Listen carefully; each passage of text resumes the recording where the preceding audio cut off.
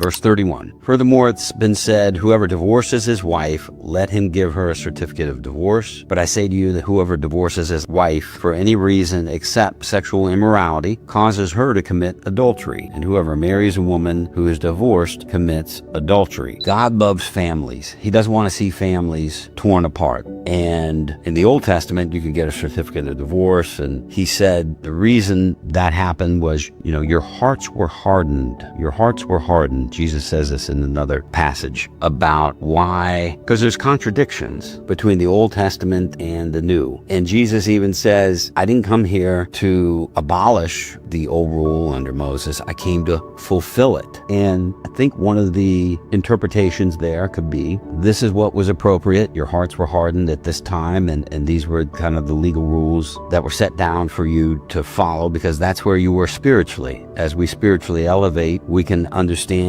and mimic Christ more and more as we elevate, I think in terms of frequency and elevation. So the part about divorcing, you don't divorce your wife for any reason except sexual immorality, that cause her to commit adultery. Well, a lot of people, myself included, look, I'm divorced, ain't nobody perfect. And here's what I found there. Whenever you're with somebody, that other person is a direct reflection. It's a mirror, a direct reflection of where you are spiritually at that exact time. And Jesus is saying here, he doesn't want families torn apart. He doesn't want you going out and marrying somebody who's divorced too. He doesn't want you to divorce. But if it happens, okay, it happens. This is life. Ain't nobody perfect. We ask for forgiveness, which I've done, and I know the Father has forgiven me, and we move on.